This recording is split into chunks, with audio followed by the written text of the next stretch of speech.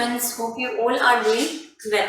See, previously આપણે auditing and corporate governance જે છે એની અંદર આપણે ડિસ્કસ કરતા હતા about the auditors particularly qualifications and disqualifications, જેમાં તમે એવી વસ્તુ સ્ટડી કરી કે ભાઈ આપણે વાત ભલે કંપનીઝ એક્ટના અંડરમાં કરીએ છીએ, બટ ઓડિટરની ક્વોલિફિકેશન અને ડિસ્ક્વોલિફિકેશન એમાં બી qualification is the part of the chartered accountants act 1949.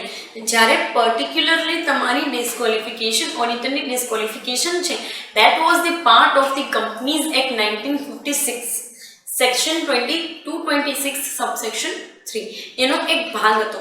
હવે એની અંદર આપણે અમુક વસ્તુઓ જોઈ લીધી કે ભાઈ જે વ્યક્તિ ઇન્ડિયન હોય અને ICAI નો મેમ્બર હોય અને લીગલી જે વ્યક્તિ પ્રેક્ટિસ કરતો હોય, બરાબર, એઝ અ ચાર્ટર્ડ અકાઉન્ટન્ટ, એને જ તમે અપોઇન્ટ કરી શકો. એની ક્વોલિફિકેશન છે પર્ટિક્યુલરલી અપોઇન્ટ થવા માટેની એઝ એન ઓડિટર, બરાબર. પછી એવું જોયેલું હતું કે જે કોઈ પણ CA ફોર્મ જે છે એને તમે ઓડિટર તરીકે અપોઇન્ટ કરી શકો. અને એટ લાસ્ટ આપણે જોયેલું હતું કે જે કાંઈ બી ગવર્મેન્ટ થ્રુ સ્ટેટ રૂલ્સ 1956 જે છે એના અકોર્ડિંગ ટુ જે વ્યક્તિ એ રેસ્ટ્રિક્ટેડ ઓડિટરનું સર્ટિફિકેટ હોલ્ડ કરતો હોય એને બી તમે ઓડિટર તરીકે અપોઇન્ટ કરી શકો છો. But yes, in that particular case government is entirely responsible for the things, બરાબર. ગવર્મેન્ટ જ એ વસ્તુને અપ્રૂવ કરી શકે છે અને ગવર્મેન્ટ જ એ વસ્તુને રિમૂવ પણ કરી શકે છે. ફાઇન. સો એ કન્ટેક્સમાં તમને આપેલું હતું. પછી ડિસ્ક્વોલિફિકેશન જોઈ લીધી કે કંપની છે, કંપનીનો માલિક છે, કંપનીનો એમ્પ્લોય છે, એનો પાર્ટનર છે, એ કોઈ પણ વ્યક્તિ કે જે વ્યક્તિ વોટિંગ રાઇટ ધરાવે છે કે સબસિડરી કંપની કે હોલ્ડિંગ કંપનીમાંથી ડિસ્ક્વોલિફાઈ થઈ ગયું છે, એ કોઈ પણ વ્યક્તિને તમે ઓડિટર તરીકે અપોઇન્ટ કરી શકો નહીં. Even if he or she is the chartered accountant, બરાબર. એ બંને વ્યક્તિ જે કોઈ પણ ચાર્ટર્ડ એકાઉન્ટન્ટ હોય, સ્ટીલ આમાંનું એક હોય તો તમે એને અપોઇન્ટ કરી શકો નહીં, બરાબર. Now we are focusing on to the appointment of auditor. See, let me tell you one thing. Appointment ઓડિટરની જે છે એ ઘણી અલગ અલગ મેથડથી કરવામાં આવે છે, બરાબર. જેમાં તમને આઈ થિંક અપ્રોક્સિમેટલી 7 થી 8 જેટલી મેથડ્સ જે છે એ આપેલી છે. દરેક મેથડનો અલગ અલગ પર્પઝ પણ છે, એઝ ઇટ્સ નેમ સજેસ્ટ, બરાબર. દરેક વસ્તુ જે છે એનું નામ સજેસ્ટ કરે છે એ પ્રમાણે એની અપોઇન્ટમેન્ટ કરવામાં આવે છે ઓડિટરની. એ વસ્તુ પ્રમાણે એ વેથી જે છે એ અપોઇન્ટમેન્ટ કરવામાં આવે છે. ફાઇન. સૌથી પહેલું તમને આપેલું છે first appointment. First appointment it means કે તમે પહેલી જ વખત જે છે એ ઓડિટરની અપોઇન્ટમેન્ટ કરો છો. તમારી કંપની ચાલુ થઈ અને તમે હવે એ સ્ટેજે પહોંચી ગયા છો કે તમારે જે છે એ તમારા હિસાબ ઓડિટ કરાવવા પડે એમ છે, બરાબર. અને ઓડિટ કરાવવાના હોય તો એ કેસની અંદર તમે જ્યારે first time ever in the history, બરાબર, તમે ફર્સ્ટ ટાઈમ તમારી કંપનીની અંદર જો ઓડિટરની અપોઇન્ટમેન્ટ કરતા હોય તો તમારે બોર્ડ ઓફ ડિરેક્ટર્સની એક મિટિંગ બોલાવવી પડે. એ બોર્ડ ઓફ ડિરેક્ટર્સની મિટિંગની અંદર દરેક વ્યક્તિ જે છે, બરાબર, એ ભેગા થાય છે, ડિસ્કશન કરે છે. વિધિન અ મંથ એ લોકોનું ડિસ્કશન જો એક ડિસિઝન ઉપર પહોંચી જાય છે વિધિન અ મંથ, બરાબર, થી 30 ડેઝનો ટાઈમ પીરિયડ હોય દરેક મિટિંગ જે છે એના આઉટકમનું. ફાઇન. સો 30 ડેઝની અંદર તમે જો એ વેની અંદર પહોંચી જાઓ છો, ફાઇન, સો એ પ્રમાણે તમે આફ્ટર દેટ 30 ડેઝ તમે કોઈ પણ એક ઓડિટર જે છે એને નોટિસ મોકલી આપો છો કે that we want to particularly hire you for you as an auditor of our company. એ વ્યક્તિને જે છે એ 7 દિવસમાં નોટિસ પહોંચાડવામાં આવે છે. પછી એ વ્યક્તિને ટાઈમ પીરિયડ દેવામાં આવે 30 દિવસનો કે ભાઈ તમારે જે છે તમારી પાસે 30 ડેઝનો ટાઈમ પીરિયડ છે. If you want to join અસ, બરાબર, તમે જો અમારી કંપનીમાં ઓડિટર તરીકે કામ કરવાની ઈચ્છા ધરાવતા હોય તો વિલિંગનેસ ઓર નોન વિલિંગનેસ, તો એ વસ્તુ આપવાની રહે છે. અને એ વ્યક્તિ જો આપી દે છે તો પછી ફર્સ્ટ ટાઈમ અપોઇન્ટ કરવામાં આવે છે. બટ હા, ફર્સ્ટ ટાઈમ અપોઇન્ટ કરવા માટે તમારે દરેક વ્યક્તિ જે છે એની સહેમતી જોશે, board members as well as company registrar also, બરાબર. કંપની રજિસ્ટ્રારની એ વસ્તુ મોકલવી પડે, because you are doing this process for the first time. Fine. અને પહેલી વખત કરો છો કે આવતા સમયની અંદર દરેક વખતે કરો છો, you have two always inform the company registrar. This is the core part. બરાબર. હવે આ અપોઇન્ટમેન્ટ જે છે એ કંપનીઝ એક્ટ 1956 ના સબસેક્શન 234 અકોર્ડિંગ ટુ કરવામાં આવે છે. બરાબર. તમને જો યાદ નથી રહેતું and if you want to make a note for it then you can. બરાબર. ફર્સ્ટ અપોઇન્ટમેન્ટ જે છે એ કંપનીઝ એક્ટ 1956 ના સબસેક્શન 234 અકોર્ડિંગ ટુ કરવામાં આવે છે. નેક્સ્ટ તમને આપેલું છે appointment every year. Appointment every year જે છે એની process same as first appointment છે, જેમાં બોર્ડ મિટિંગ કરવામાં આવે. બટ યસ, આ મિટિંગ જે છે એ એન્યુઅલ જનરલ મિટિંગની અંદર ડિસિઝન લેવામાં આવે છે. જ્યારે ફર્સ્ટ મિટિંગ હોય ને એમાં ખાલી જ્યારે ફર્સ્ટ અપોઇન્ટમેન્ટ હોય ને એમાં ખાલી બોર્ડ મેમ્બર્સ જ હોય. બટ અપોઇન્ટમેન્ટ જે દર વર્ષે કરવામાં આવે છે ને એ વસ્તુની અંદર દર વર્ષે કરવામાં આવતી અપોઇન્ટમેન્ટની અંદર સિનારીઓ શું હોય છે તો કે you have two particularly get the idea in annual general meeting. અને જનરલ મિટિંગની અંદર પ્રોબેબલી જે છે એ મેઇન શેર હોલ્ડર્સ લોકો બી હોય છે. ફાઇન. સો એની સામે ડિસિઝન મેકિંગ લેવામાં આવે છે. વિધિન ધી 7 days નોટિસ જે છે એ આપવામાં આવે ચાર્ટર્ડ એકાઉન્ટન્ટને. ચાર્ટર્ડ એકાઉન્ટન્ટને 14 દિવસનો ટાઈમ પીરિયડ દેવામાં આવે છે. 14 દિવસમાં એ વ્યક્તિ તમને ડિસિઝન લઈને કહેશે કે if he or she is willing to work with you or not. 14 દિવસની અંદર એ વ્યક્તિ વિચારીને કહેશે, તમને રિપ્લાય આપશે. જે કોઈ પણ વ્યક્તિને ઓડિટર તરીકે આવવું હોય એ. બરાબર. તો એ વ્યક્તિ તમને રિપ્લાય આપશે અને કહેશે કે હા ભાઈ મારે આવું છે ઓડિટ કરવા તમારી કંપનીના હિસાબે. બરાબર. પછી એવું કહે છે કે ના કે નથી આવું, તો પછી તમારે ફરી પાછી એ પ્રોસેસ કરવી પડશે વિધિન ધી નેક્સ્ટ 30 days. બરાબર. But if he is willing to do this thing then he also have to give willingness in written. એને પછી જે કોઈ પણ ઓડિટર હોય એને રિટર્નની અંદર એક વિલિંગનેસ માટેનું જે કંઈ પણ લેટર કે ડોક્યુમેન્ટ હોય કે કંપનીએ જ પ્રિન્ટેડ આઉટ ડોક્યુમેન્ટ આપેલું છે એ સાઇન કરીને પાછું આપી દેવાનું હોય. આ રીતે દર વર્ષે જે છે એ ઓડિટરને અપોઇન્ટ કરવામાં આવે છે. સી, દર વર્ષે થતી અપોઇન્ટમેન્ટ આ મેનરની અંદર જ હોય છે. ફાઇન. બીજી એક વસ્તુ તમને એ કહી દઉં કે see this is the thing કે ભાઈ આ વસ્તુ જે છે એ પર્ટિક્યુલરલી કંપનીઝ એક્ટ 1956 ના અકોર્ડિંગ ટુ નથી. બટ હા, આ વસ્તુ જે છે એ કંપનીઝ એક્ટના અમેન્ડમેન્ટ કે એના ચેન્જીસ કે જે 1974માં કરવામાં આવ્યા હતા એના અંડરમાં આ અપોઇન્ટમેન્ટની પ્રોસેસ કરવામાં આવી છે. બરાબર.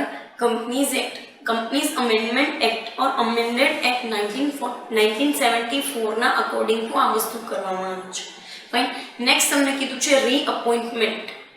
હવે સી, તમારે ઘણી વખત તમે સાંભળ્યું હશે કે આ વ્યક્તિ જે છે એ ઓડિટર તરીકે કંપનીની અંદર કામકાજ કરે છે. બરાબર. Yes or no? સો એ જ વ્યક્તિ કંપનીની અંદર કામકાજ કરે છે તો એના માટે તમારે રીઅપોઇન્ટમેન્ટ કરવી પડે કે નહીં કંપનીની અંદર? Yes or no? So you have to reappoint particularly that auditor. અને એની પણ આખી પ્રોસેસ છે. ઇફ એની રીઅપોઇન્ટમેન્ટ તો જ થાય કે જો એના ટાઈમ પીરિયડની અંદર ક્યારેય ડિસ્ક્વોલિફાઈ નથી થતું. કેમ કે if you are chartered accountant અને તમે પછી કોઈ બીજી કંપનીની અંદર સેલેરીડ પર્સન તરીકે જોઈન થઈ જશો then you must be disqualified as an auditor of the company. બરાબર. તો તમે ડિસ્ક્વોલિફાઈ થઈ જાઓ છો કંપનીના ઓડિટર તરીકે. બરાબર. સો રીઅપોઇન્ટમેન્ટ કરવા માટેના બી અમુક જે છે એ પર્ટિક્યુલરલી એરાસ છે. એમાં ફર્સ્ટ તમને એવું કીધું છે કે ડિસ્ક્વોલિફાઈડ થઈ જાય છે તો તમે પછી એને રીઅપોઇન્ટ કરશો નહીં. સેકન્ડ એવું કીધું છે કે if you want to reappoint that particular person then you have to pass the resolution. તમારે રિઝોલ્યુશન પાસ કરવું પડે એન્યુઅલ જનરલ મિટિંગની અંદર. And if that resolution successfully passed then and then only you can reappoint that particular auditor. then તમને કીધું છે કે ભાઈ એના માટે તમારે જે છે એ એક્ઝિસ્ટિંગ ઓડિટર જે છે એની વિલિંગનેસનો લેટર જોઈએ. યસ ઓર નો? કારણ કે તમે તો રિઝોલ્યુશન પાસ કર્યું છે રીઅપોઇન્ટમેન્ટ માટેનું, પણ સામેથી ઓડિટરની પણ વિલિંગનેસ હોવી જોઈએ ને. તો પછી ફરી પાછું જેમ આપણે નોટિસ મોકલતા ને એમ રિઝોલ્યુશન પાસ કરીને ફરી 7 days માટે જે છે નોટિસ મોકલવામાં આવે છે તમારા એક્ઝિસ્ટિંગ ઓડિટરને જ કે yes we want to reappoint you. અમે જે છે એ રીઅપોઇન્ટ કરવા માંગીએ છીએ તમને. બરાબર. એ વ્યક્તિ જો એમ કે yes I am willing to do તો થઈ ગઈ રીઅપોઇન્ટમેન્ટ. બરાબર. તો રીઅપોઇન્ટમેન્ટ થઈ ગઈ. ધેન કમ્સ ટુ કે ભાઈ એ વ્યક્તિ જો અનવિલિંગનેસનું पर्सपेक्टिव आपे छे कि ये no I don't want to reappoint और I don't want to rework with you fine के मारे तमारी कंपनी साथे हवे काम नहीं करवुं तो पछी तमारे फरी पाછી ई ज प्रोसेस करवी पड़शे जे तमे फर्स्ट अपॉइंटमेंट माटे करेली होय बराबर जे नवा ऑडिटर माटे करवानी रहेशे। नेक्स्ट तमने कीधुं छे के अपॉइंटमेंट बाय सेंट्रल गवर्नमेंट सी सेंट्रल गवर्नमेंट एवा ज केसनी अंदर अपॉइंटमेंट करती होय जे केसमां कंपनी जे छे ए गवर्नमेंट होल्डिंग और स्टेट होल्डिंग छे स्टेट होल्डिंग गवर्नमेंट होल्डिंग के कॉर्पोरेशन होल्डिंग होय ने एवी ज कंपनी नी अंदर सेंट्रल गवर्नमेंट जे छे ए अपॉइंट करे छे चार्टर्ड अकाउंटन्ट्स लोकोने। हवे आनी पाछळनुं कारण खाली एटલું જ છે કે ચાર્ટર્ડ અકાઉન્ટન્ટ્સ લોકો જે છે ગવર્નમેન્ટના પર્સપેક્ટિવથી અંદર કામ કરતા હોય તો ત્યાં બી સેમ વેની અંદર જે છે એ પર્ટિક્યુલરલી એન્યુઅલ જનરલ મીટિંગ જે છે કંપની એની અંદર અપોઇન્ટમેન્ટ કરવામાં આવે છે બરાબર। જેમ આપણે કેમ નોર્મલ કંપનીની એજીએમ હોય એવી જ રીતે જે કોઈ પણ ગવર્નમેન્ટ કંપની જે છે એની એજીએમની અંદર એની જનરલ મીટિંગની અંદર જે છે એ કોઈ પણ એક વ્યક્તિને એ ગવર્નમેન્ટ કંપનીના ઓડિટર તરીકે અપોઇન્ટ કરવામાં આવે છે ફાઇન। આની કોઈ મેજર પ્રોસેસ નથી જેમ આપણે કરીએ છીએ એ જ મેથડથી ગવર્નમેન્ટ કરે છે। The reason behind this is that કે ત્યાં ગવર્નમેન્ટના ઓફિશિયલ્સ હોય છે જ્યારે અહીંયા બધી જગ્યાએ પ્રાઇવેટ ઓફિશિયલ્સ હોય છે બરોબર કે જ્યાં ગવર્નમેન્ટના ઓફિશિયલ્સ હોય છે અને અહીંયા પ્રાઇવેટ ઓફિશિયલ્સ હોય છે।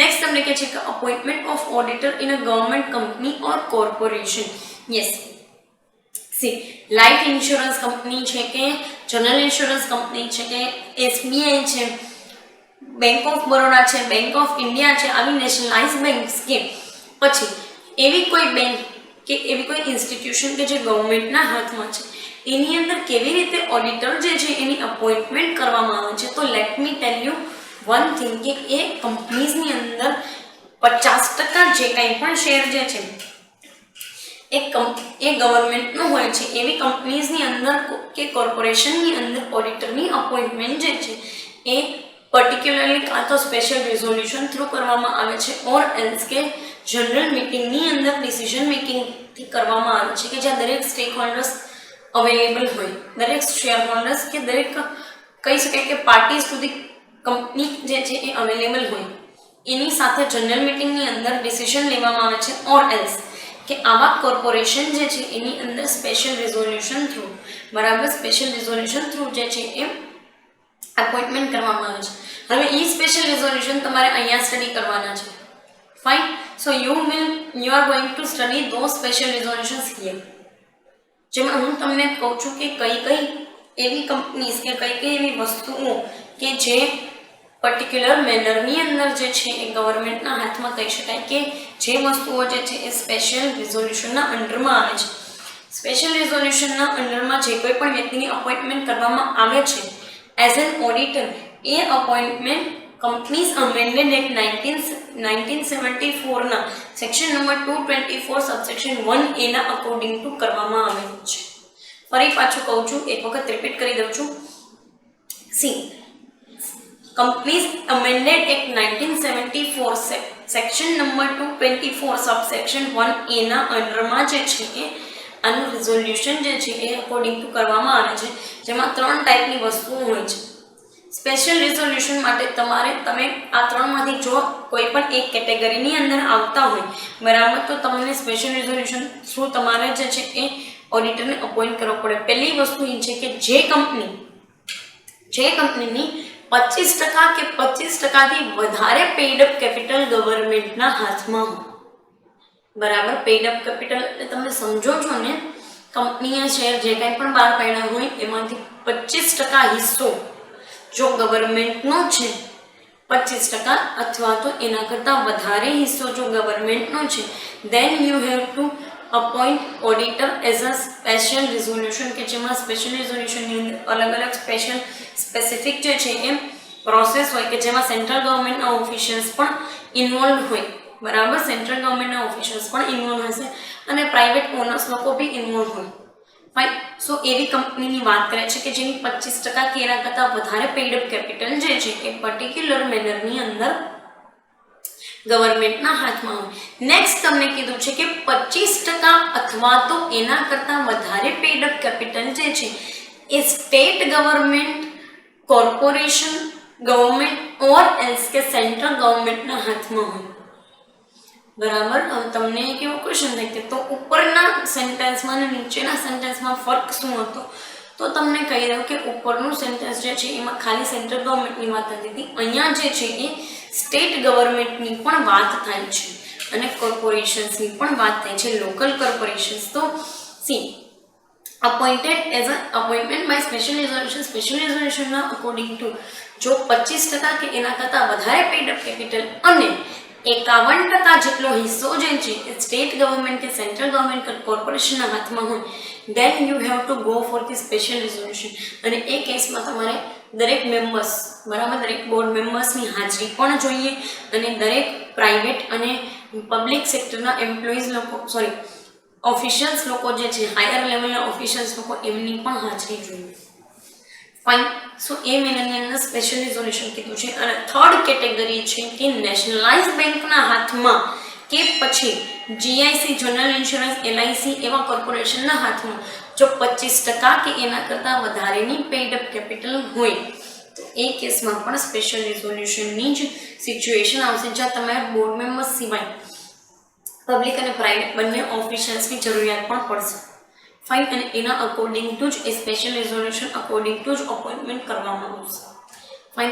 નેક્સ્ટ તમને કીધું છે કે appointment on a casual vacancy. Casual vacancy એટલે કે એવું થાય છે કે કોઈ વ્યક્તિ ટેમ્પરરી ટાઈમ પીરિયડ માટે કોઈ બીજી કંપનીની અંદર એઝ અ સેલેરી એમ્પ્લોય જે છે એ કામકાજ કરે છે. then you have to particularly appoint that particular person as a casual vacancy. એ જગ્યાએ તમારે એ વ્યક્તિની જગ્યાએ કેઝ્યુઅલ વેકેન્સીમાં તમે કોઈ પણ વ્યક્તિને અપોઇન્ટ કરી શકો છો, કોઈ પણ ચાર્ટર્ડ એકાઉન્ટન્ટને અપોઇન્ટ કરી શકો છો એઝ એન ઓડિટર. પણ હા, આ વસ્તુ જે છે ટેમ્પરરી કામકાજ માટે જ હોય છે. સો આ વસ્તુ માટે કોઈ જનરલ મિટિંગ કે કોઈ સ્પેશિયલ રિઝોલ્યુશન્સને એવું પાસ કરવામાં નથી આવતું. જસ્ટ એક બોર્ડ મેમ્બર્સ હોય છે, એક નાનું એમ વોટિંગ પ્રોસેસ કરી અને પછી એના અકોર્ડિંગ ટુ જે છે એ કેઝ્યુઅલી વેકેન્ટ કરી લે છે કોઈ પણ પર્સનને, કોઈ પણ ચાર્ટર્ડ એકાઉન્ટન્ટ. ફાઇન. લાસ્ટ કીધું છે તમને appointment of cost auditor. Cost ઓડિટરની અપોઇન્ટમેન્ટ કેવી રીતે કરવી એના વિશે તમને વાત કરેલી છે. કોસ્ટ ઓડિટરની અપોઇન્ટમેન્ટ જે છે એ કંપનીઝ એક્ટ 1956ના સબસેક્શન 224 અકોર્ડિંગ ટુ કરવામાં આવ્યું છે. બરાબર. કંપનીઝ એક્ટ 1956ના સેક્શન 224 અકોર્ડિંગ ટુ કોસ્ટ ઓડિટરની અપોઇન્ટમેન્ટ કરવામાં આવે છે, same as the auditor of the company, કે જેમાં બોર્ડ મિટિંગની અંદર વોટિંગ થ્રુ કરવામાં આવે છે. બરાબર. અહીંયા કોઈ એન્યુઅલ જનરલ મિટિંગ હોતી નથી, અહીંયા કોઈ બોર્ડ વોટિંગ પ્રોસેસ પણ હોતી નથી, ખાલી બોર્ડ મેમ્બર્સ હોય છે અને એનું ડિસિઝન મેકિંગ હોય છે કે પર્ટિક્યુલર પર્સનને કોસ્ટ ઓડિટર તરીકે આપણે અપોઇન્ટ કરવો છે. And that's it. સો તમને જાણીને બહુ આશ્ચર્ય થયું હશે કે ભાઈ આટલી રીતે આટલા મેનર્સની અંદર અપોઇન્ટમેન્ટ થાય છે ઓડિટરની. Yes, you are right. તમને એક એ વસ્તુ માટે આશ્ચર્ય થાય છે અને થવું જ જોઈએ, કારણ કે તમે તમારી જગ્યાએ સાચા છો. અપોઇન્ટમેન્ટ ઓડિટરની જે છે એ પહેલાં તમને એવું હતું કે એક એન્યુઅલ જનરલ મિટિંગની અંદર કરવામાં આવતી. યસ, મેજોરિટી પોઈન્ટ ઓફ વ્યૂમાં તો અપોઇન્ટમેન્ટ જે એવરી યર કરવામાં આવતી એ જ પ્રોસેસથી કરવામાં આવે, બટ અલગ અલગ કેટેગરી વાઇઝ જે છે, જેમ કે special resolution, casual vacancy, cost auditor, એની મેથડ અલગ છે. ફાઇન. ઇવન ઇફ સેન્ટ્રલ ગવર્મેન્ટના જે કંઈ પણ અપોઇન્ટમેન્ટ કરવામાં આવતા હોય ઓડિટર, એની બી મેથડ અલગ છે. ફાઇન. સો એ પેરામીટર્સ જે છે ધ્યાનમાં રાખવાના છે. બીજું કે બહુ ઝાઝી બધી ક્લોઝિસ નથી, ખાલી 1974નો કાયદો છે, 224ની કલમ છે અને એના અકોર્ડિંગ ટુ દરેક વખતે કામકાજ કરવામાં આવે છે. ફાઇન. સો એટલી વસ્તુ તો આઈ હોપ કે તમે યાદ રાખી શકશો. 224 સબસેક્શન 1A, બરાબર, અને ખાલી કોસ્ટ ઓડિટરની અંદર 224 સેક્શન નંબર 224. આટલી જ વસ્તુ તમારે યાદ રાખવાની છે. પર્ટિક્યુલર આ સેશનની અંદર આપણે અપોઇન્ટમેન્ટ જોઈ ઓડિટરની. કમિંગ સેશન્સની અંદર આપણે રિમૂવલ ઓફ ઓડિટર, રેમ્યુનરેશન અને એના રાઇટ્સ વિશે જે છે એ ડિસ્કસ કરશું. પર્ટિક્યુલર આ સેશન માટે અહીંયા સુધી રાખીએ. Thank you so much.